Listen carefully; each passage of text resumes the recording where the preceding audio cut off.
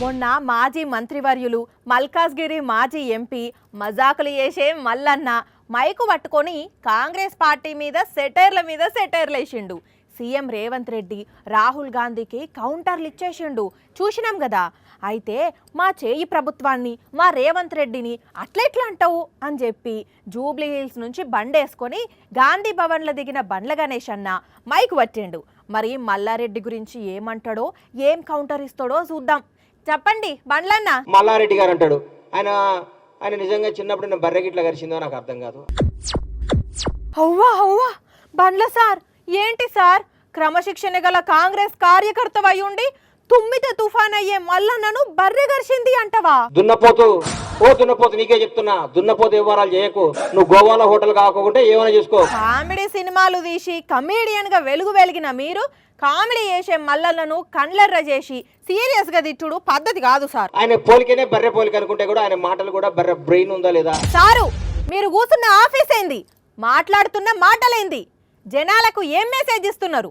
ప్రభుత్వంలో ఉన్నోళ్ళు అణిగి మణిగి ఉండాలి. రెస్పెక్ట్ నేర్చుకోండి సారు. నీ మల్లారెడ్డి కాదు, మీ నాన్న మల్లారెడ్డి, మీ తాత మల్లారెడ్డి, ఇంకో మల్లారెడ్డి వచ్చినా ఈ రోజు కాంగ్రెస్ ప్రభుత్వాన్ని ఏం చేయలేరు. బండ్ల సారు, ఏంది రెచ్చిపోవుడు? చాలా బాధగా ఉంది, చాలా దుఃఖం వేస్తుంది నాకు. ఆగో, నేను చెప్తూనే ఉన్నా సారు, తిట్టుడు మీవంతే, బాధపడుడు మీవంతేనా? ఎట్లున్నది మీ రేవంత్ అన్న పాలన?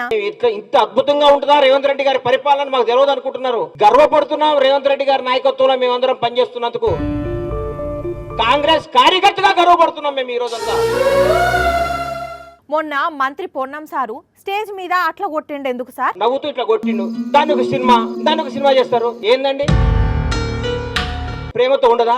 ప్రేమతో కొట్టుకోరా, తిట్టుకోరా, లాలించుకోరా, పాలించుకోరా, ఒక మాట అనుకోరా? ఏం మేము ఇట్లా జరగమంటే దాన్ని పొన్నం ప్రభాకర్ జనం మీద ఎదురు తిరుగుతాడు. ఓ అమ్మనే, ఏమో అనుకున్నాం, బండ్లన్న అందరినీ జోకుతున్నాడు. ఒకసారి ఇటు చూడు సారు.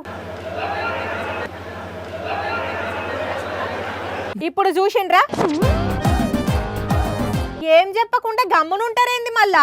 సరే, ఇది పక్కన పెడదాం గాని, రేవంతులు బుట్టలు వేసుకునేటందుకే బాగా జోకుతున్నారట, నిజమేనా? ఇంతకు ఏ టికెట్ కు దరఖాస్తు పెట్టిండ్రు? మల్కాజ్గిరి పార్లమెంట్ అభ్యర్థిగా. ఇదే అస్సలు ముచ్చట.